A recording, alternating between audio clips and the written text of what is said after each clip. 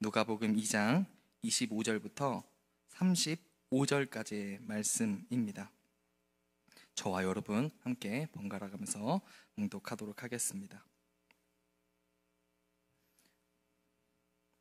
예루살렘에 시므온이라 하는 사람이 있으니 이 사람은 의롭고 경건하여 이스라엘의 위로를 기다리는 자라. 성령이 그 위에 계시더라. 그가 주의 그리스도를 보기 전에는 죽지 아니하리라는 성령의 지시를 받았더니 성령의 감동으로 성전에 들어가매 마침 부모가 율법의 관례대로 행하고자 하여 그 아기 예수를 데리고 오는지라. 시몬이 안기를 안고 하나님을 찬송하여 이르되 주제여, 이제는 말씀하신 대로 종을 평안히 놓아주시는도다. 내 눈이 주의 구원을 보았사오니 이는 만민 앞에 예비하신 것이요 이방을 비추는 빛이요 주의 백성 이스라엘의 영광이니이다 하니 그의 부모가 그에 대한 말들을 놀랍게 여기더라. 시몬이 그들에게 축복하고 그의 어머니 마리아에게 말하여 이르되 보라, 이는 이스라엘 중 많은 사람을 패하거나 흥하게 하며 비방을 받는 표적이 되기 위하여 세움을 받았고. 함께 읽겠습니다. 또 칼이 내 마음을 찌르듯 하리니 이는 여러 사람의 마음의 생각을 드러내려 함이니라 하더라. 아멘. 여러분은 무언가를 간절히 기다려 본 적이 있으십니까? 아마 대부분의 성도님들이 있지 않을까 생각을 해봅니다. 헤어진 연인을, 지나가 버린 다시 오지 않을 전철을, 그리고 곧 태어날 아기를, 이번 주 로또 추첨일을, 여러 가지 방법으로 무언가를 간절히 기다려본 일이 있을 것입니다. 저도 생각을 해보니까요, 누군가를 간절히 기다린 일이 있더라고요. 그래서 한번 여러분과 이야기를 나눠보려고 합니다. 어렸을 때 이야기인데, 제가 어렸을 때 참 말을 안 들었습니다. 너무나도 개구장이었어요. 그래서 자주 혼났습니다. 그러나 그때 당시에 혹시 말로 혼나는 게 있나요? 맞았죠. 엄청 많이 맞았습니다. 맞고 울고 의자 들고 벌 서고 하는 게 얼마나 고통의 시간이겠습니까? 그런데요, 맞으면서도 저에게는 소망이 하나 있었습니다. 무엇인지 아십니까? 아빠가 곧 오신다. 저는 주로 어머니에게 혼났습니다. 저희 어머니가 참 불같은 분이셔가지고, 또 되게 원리 원칙이 중요하신 분이셔가지고 참 많이 혼났었는데, 아빠가 곧 오신다. 이것이 저에게 참 소망이 되었습니다. 아무리 아프게 맞고 혼나더라도 시계를 힐끔힐끔 보는 겁니다. 계속 울면서 아파요, 죄송해요, 잘못했어요 하면서도 이렇게 시계를 보는 겁니다. 그러면서 마음속에는 웃음이 지어지는 겁니다. 겉으로는 엄청 울고 있는데 속으로는 웃고 있는 것입니다. 왜냐하면 아빠가 곧 오시기 때문입니다. 그리고 아빠가 오면 상황은 끝이 나기 때문에 아빠가 오는 시간이 다가오면 다가올수록 가슴이 콩닥콩닥, 두근두근, 이거 지긋지긋하지만 곧 끝나. 이것이 저에게 참 소망이 되었던 기억이 있습니다. 그리고 저희 아버지는 오실 때 그냥 오는 법이 없으셨습니다. 항상 양손에 간식을 꼭 사가지고 퇴근을 하셨습니다. 복음이죠. 정말 말 그대로 복음입니다. 근데 오늘 말씀에도 누군가를 간절히 기다린 사람의 이야기가 나오는데요, 바로 시므온의 이야기입니다. 오늘 말씀의 배경은 예수님이 태어나시고 모세의 법에 따른 그 정결 예식을 지키기 위해서 아기 예수를 데리고 성전에 가게 되는 장면입니다. 그곳에서 이제 시므온이라는 사람이 등장하게 되는데요, 25절 말씀에 시므온이 이제 묘사되고 있는데, 예루살렘에 이렇게 묘사되고 있습니다. 예루살렘에 시므온이라 하는 사람이 있으니 이 사람은 의롭고 경건하여 이스라엘의 위로를 기다리는 자라. 성령이 그 위에 계시더라 라고 이야기하고 있습니다. 한마디로 의롭고 경건하여 이스라엘의 위로를 기다리는 자라고 시므온을 지금 묘사하고 있습니다. 그리고 그의 위에는 성령이 계셨다라고 이야기하고 있는데요, 그는 무엇을 간절히 기다리고 있습니까? 이스라엘의 위로, 하나님께서 이스라엘을 위로하실 때를 간절히 기다리고 있는 것입니다. 이게 무슨 뜻일까요? 지금 이 시기는 하나님의 말씀이 없었던 그러니까 들려지지 않는 그런 시기였기 때문입니다. 하나님은 구약에서 여러 가지 방법으로 백성들을 인도하셨습니다. 그러나 백성들은 언제나 그랬듯이 늘 불순종하죠. 불순종했기 때문에 복이 아닌 저주를 받게 됩니다. 힘든 일들을 그래서 참 많이 겪었어요. 노예로 살고 광야에서 살고 왕이 생겼다가 나라가 갈라지고 포로가 되고 힘든 일들을 정말 많이 겪었습니다. 그런데 이렇게 고통받는 이스라엘을 하나님께서는 내버려 두지 않으셨습니다. 여러 선지자들을 통해서 돌이키라고 말해도 돌이키지 않기 때문에 그들에게 한 가지 예언을 주십니다. 그 중에 예수님이 태어나시기 700년 전에 이사야 선지자가 예언한 내용인데요. 이사야서 61장 1절과 2절의 내용입니다. 우리 함께 읽어보도록 하겠습니다. 시작. 주여와의 영이 내게 내리셨으니 이는 여호와께서 내게 기름을 부으사 가난한 자에게 아름다운 소식을 전하게 하려 하심이라. 나를 보내사 마음이 상한 자를 고치며 포로된 자에게 자유를, 갇힌 자에게 노임을 선포하며 여호와의 은혜의 해와 우리 하나님의 보복의 날을 선포하여 모든 슬픈 자를 위로하되. 아멘.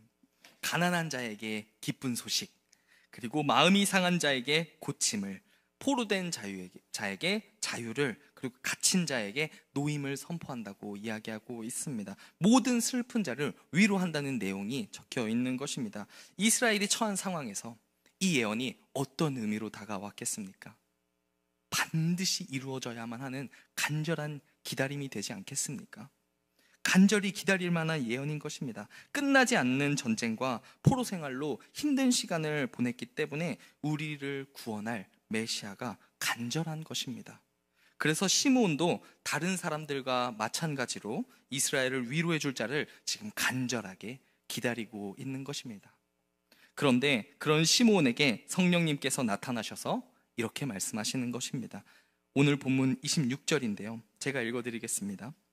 그가 주의 그리스도를 보기 전에는 죽지 아니하리라 하는 성령의 지시를 받았더니 메시아가 오고 그를 보기 전까지는 죽지 않을 것이라는 계시를 받은 것입니다. 이것이 무엇은 의미입니까?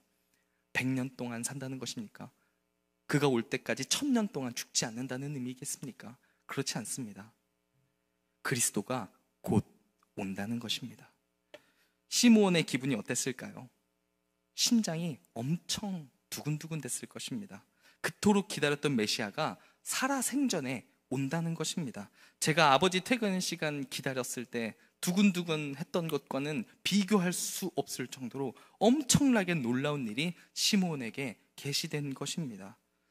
최초의 사람이었던 아담이 에덴 동산에서 쫓겨난 이후부터 지금까지 인류의 유일한 소망 되시는 분이 이제 온다는 소식이기 때문입니다. 시므온이 지금 정확히 몇 살인지는 모르겠지만 나이가 지긋한 노인인 것은 확실합니다. 그래서 그는 많은 시간을 기다렸을 것입니다. 그리스도를 보기 전까지는 죽지 않을 거라고 성령의 감동을 받았었기 때문입니다. 그럼 그 확실한 성령의 감동을 받은 시므온은요, 어떻게 살았을까요? 확실한 성령의 감동을 받았습니다. 그 메시아 온다는, 그를 볼 수 있다는 확실한 감동을 받은 그 시므온, 어떻게 살았을까요?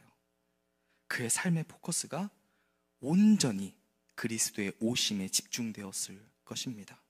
거룩을 사모하며 경건하게 오실 예수를 기다렸을 것입니다. 왜냐하면 곧 오시기 때문입니다. 그리고 그가 오래 기다렸다는 것을 알 수 있는 구절이 29절에 나옵니다. 성전에서 이제 아기 예수를 보았을 때 이렇게 말합니다. 주제여, 이제는 말씀하신 대로 종을 평안히 놓아주시는도다. 너무나도 긴 기다림이었을 것입니다. 늙은 할아버지거든요. 너무나도 긴 기다림이었기 때문에 놓아주다라는 표현을 하면서 죽음에 대해서 완곡한 표현을 합니다. 이제는 죽어도 여한이 없다는 것입니다. 사랑하는 여러분, 주의 오심을 기다리면서 의롭고 경건하게 산다는 것은 결코 쉬운 일이 아닙니다. 꽤나 어려운 일입니다. 우리 스스로가 너무나도 잘 알고 있죠. 의롭고 경건하게 살아가는 것, 여러분 쉽습니까? 저는 이게 쉽다는 사람을 본 적이 없습니다. 의롭고 거룩을 사모하며 경건하게 살아가는 것, 그것은 너무나도 우리에게 어려운 일입니다. 그 무엇보다도 힘든 것 같습니다. 그리고 왜 힘든지도 이제 우리는 너무나도 잘 압니다. 모르지가 않습니다. 우리의 삶의 소망이 오실 예수께 있지 않은 것입니다. 땅에 있기 때문에 우리가 의롭고 경건하게 살아가는 것이 우리에게 힘든 일이 되는 것입니다. 34절을 보면 시몬이 아기 예수의 정체성에 대해서 설명하는데요. 이는 이스라엘 중 많은 사람을 패하거나 흥하게 하며 라고 이야기합니다. 거룩과 성숙을 사모했던, 그리고 분투했던 시므온에게 예수의 오심은 흥이었을까요? 패였을까요? 우리가 오늘 살펴보고자 하는 부분이 이것입니다. 시므온은 예수의 오심을 간절히 기다렸습니다. 그러면서 거룩과 경건을 사모하면서 의롭게 지냈습니다. 그리고 예수가 오셨을 때 그는 기뻤을까요? 패할 것이었을까요? 시몬은 자신의 삶의 목적이 완전히 하나님의 뜻에 집중되어 있었습니다. 그래서 의롭고 경건하게 살면서 그리스도를 기다리는 삶이 아무리 힘들어도 예수의 오심이 자신에게 엄청난 기쁨이 되었기 때문에 의롭고 경건하게 성숙을 이루면서 살았습니다. 살아가는 기준과 소망이 세상에 있는 것이 아니라 하나님께 있는 것입니다. 우리의 모습과 너무 다른 모습이죠. 우리는요, 시므온만큼 기쁘지 않은 것입니다. 시므온만큼 그 기다림이 두근거리지가 않는 것입니다. 사랑하는 여러분, 만약 예수님이 오늘 밤에 오신다면 저와 여러분 모두에게 예수의 오심이 흥이 될 수 있겠습니까? 문득 생각이 듭니다. 우리의 인생이 엄청 길 것 마냥 살아가는 것이 우리의 모습이지 않은가라는 생각이 듭니다. 주님 오신다고 하시면 우리가 어떻게 반응할까요? 주님, 잠시만요. 잠시만요. 이것이 우리의 모습일 수도 있지 않겠습니까? 정리하지 못한 것, 아직 쓰지 못한 것, 회개하지 못한 것, 그리고 전하지 못한 것. 예수의 오심이 정말 여러분에게 흥이 될 수 있겠습니까? 사랑하는 여러분, 간절하게 소망합니다. 여러분에게 예수의 오심이 흥이 되기를 축복합니다. 이제는 우리 인생의 주인 된 자리에서 우리가 내려와야 할 때입니다. 그때야 비로소 우리에게 예수의 오심이 흥이 될 것입니다. 예수의 오심이 기쁨이 되고 기다려지는 저와 여러분이 되기를 마음 다해 축복합니다. 이제 새벽에 계속해서 이제 사도행전 이제 말씀을 나누고 있는데요. 오늘 이 스데반 이야기를 나누었습니다. 근데 오늘 말씀과 오늘 함께 다룰 말씀과 결이 같아서 잠시 좀 소개하고 싶은데요. 스데반이 이제 종교 지도자들에게 이스라엘의 역사를 열거하면서 하나님의 신실하심을 나타냅니다. 괜히 이스라엘 역사를 이야기한 게 아니라 그것으로 쭉 이어졌던 하나님의 신실하심이 드러나기 때문에 그 역사를 이야기한 것입니다. 그래서 이를 통해서 그들의 잘못을 지적하고 하나님의 신실하심의 증거인 예수를 너희가 죽였다라는 것을 이제 꼬집습니다. 종교 지도자들이 기분이 어땠을까요? 화가 잔뜩 납니다. 매우 화가 나요. 그래서 종교 지도자들도 보면은 사실 아무런 자들이 아닙니다. 그들도 하나님을 믿는 자들이었습니다. 예배에 열심히 있는 자들이었습니다. 그렇다면 그들의 문제는 무엇이었습니까? 다른 것이 아니라 자기 중심성과 위선이었다는 것입니다. 자기들은 하나님 잘 믿고 있다고 착각하는 것입니다. 일상을 하나님 없는 듯이 살아놓고 자기 유익만을 위해서 살아놓고 하나님 엄청 잘 믿는 척 하는 것입니다. 그런 자기 중심성과 위선이 그들을 그렇게 괴물로 만들어간 것입니다. 그런데 여러분, 그것이 어찌 그들만의 이야기가 되겠습니까? 제가 오늘 새벽에 우리 성도님들에게 이렇게 말했습니다. 제가 뒤에서 어떻게 사는지 여러분 어떻게 하실 것입니까? 제가 무엇의 마음에 요동이 일어날지, 제가 무엇에 조마조마할지 여러분이 어떻게 아시겠습니까? 아무도 모릅니다. 아무도 알 수 없습니다. 여러분도 마찬가지 아닙니까? 여러분이 어떻게 사는지 그 누구도 알 수 없습니다. 오직 여러분 스스로와 여러분 가족만이 알고 있습니다. 그런데요, 그렇게 하나 속이다 보면 2개 속이게 되고 3개 속이게 되면서 꽤나 영성 있어 보이는 그런 괴물이 우리가 될 수 있는 것입니다. 그런데 오늘 그 새벽 말씀에 보니까요, 그런 우리의 모습에 하나님께서 외면하신다고 하십니다. 외면하시고 내버려 둔다고 하십니다. 원어를 살펴보니까 고개를 돌리신다고 합니다. 임마누엘 하나님께서 우리에게 고개를 돌리시는 것입니다. 여러분, 너무나도 두려운 일이죠. 두려워해야 하는 것입니다. 세상이 무너지는 공포를 느껴야 하는 것입니다. 그럼 우린 어떻게 해야 하겠습니까? 어떻게 해야 그리스도인인 척 하면서 살아가는 것이 아니라 예수의 오심이 진정으로 흥이 되는 모습으로 우리가 살아갈 수 있겠습니까? 그것은 바로 성령 충만입니다. 다른 그 어떤 것으로도 가능하지 않습니다. 오직 성령 충만입니다. 제자들이 어떤 자들이었습니까? 무서워서 도망하고 숨던 자들이었습니다. 무서워서 숨고 도망하던 그 자들이 이제 성령이 임하게 되자 완전히 변하게 됩니다. 담대하게 전하게 됩니다. 심지어 목숨을 배설물로 여기게 됩니다. 죽음도 그들을 막지 못하는 것입니다. 스데반도 마찬가지죠. 충분히 두려워하고 무서울 수 있지만 성령이 그와 함께 있기 때문에 담대하게 전할 수 있는 것입니다. 여러분, 성령 충만, 이 성령 충만이 무엇입니까? 내 삶이 내 안에 계시는 성령 하나님의 인도하심을 받는 것 아니겠습니까? 내가 주인 되어 하루를 살아가는 것이 아니라 성령 하나님이 주인 되어서 그분의 인도하심 따라, 그분이 기뻐하시는 뜻을 따라 살아가는 것이 성령 충만입니다. 여전히 내가 중요한데, 그리고 꽤나 괜찮게 신앙생활 하고 있다고 착각하는 것이 우리의 모습인데, 내 하루가 내 안에 계시는 성령님의 인도하심을 받지 않는데 어떻게 예수의 오심이 우리에게 흥이 되고 기쁨이 될 수 있겠습니까? 사랑하는 여러분, 자기를 부인해야 합니다. 자기를 부인하고 그 자리에 성령 충만을 사모해야 하는 것입니다.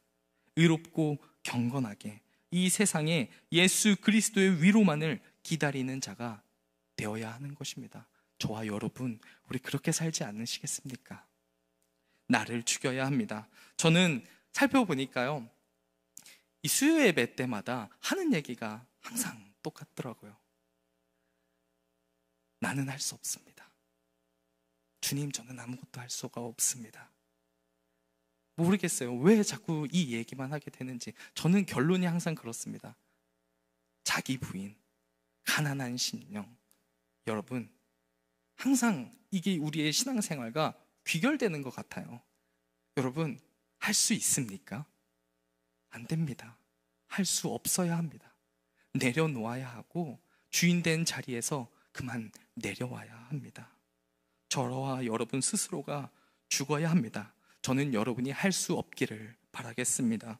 주인의 자리에서 내려오기를 소망합니다.